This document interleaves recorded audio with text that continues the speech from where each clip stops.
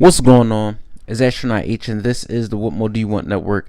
Now, in this video, I will be discussing some NBA injury news, and that is about the Atlanta Hawks guard Trae Young, who, at the recording of this video, underwent surgery on his, I believe it is a RCL in the left.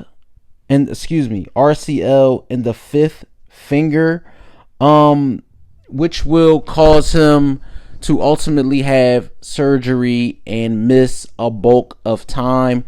This injury definitely couldn't come at a worse time for a team like the Atlanta Hawks, who, in my opinion, even though they are not having a typical season that they would like to have. You lose a star player like a Trae Young, who's this season has been averaging his usual typical numbers. He's shooting about 37% from the field, from three, about 42% from two, and about 26 points a game, almost 11 assists. You lose your star player, in my opinion, one of your better players. Trae Young was an all-star this particular season, and just to see him go down with an injury like that is not something you want to see.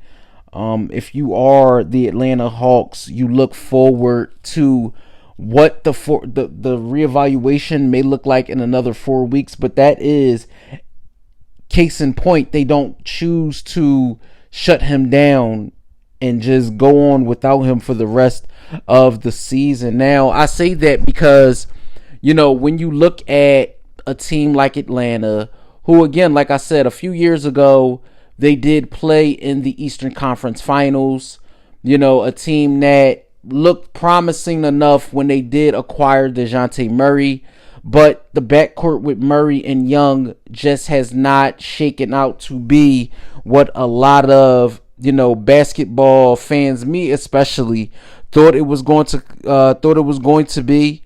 Just looking at how those two play together, sometimes they are the Hawks I'm speaking of are better when one is on the bench. Now, if the Hawks choose, there was some rumblings about moving maybe Young or Murray, during the trade deadline. Is that something that's going to be considered serious going forward as we move on into the summer? Do you see what the team looks like going forward without Young, and ultimately make a play to trade Young in the offseason? Because now, of course, DeJounte Murray is going to have the ball in his hand a whole lot more. You're going to have to look to other guys to fill that void of the 25 points per game. Guys like Bogdanovich. You see what you get from DeAndre Hunter.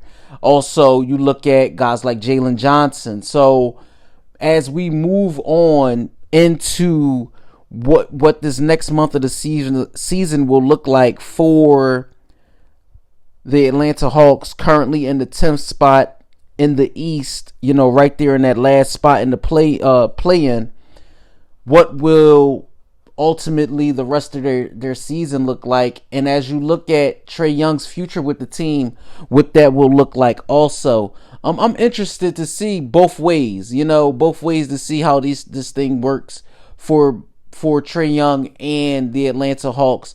Because, again, like I said, the Hawks have a guard in Murray, so when they move forward, like I said, without Young or with Young, we'll see how things go. As we all, for me, injuries suck. They never are a good thing to see.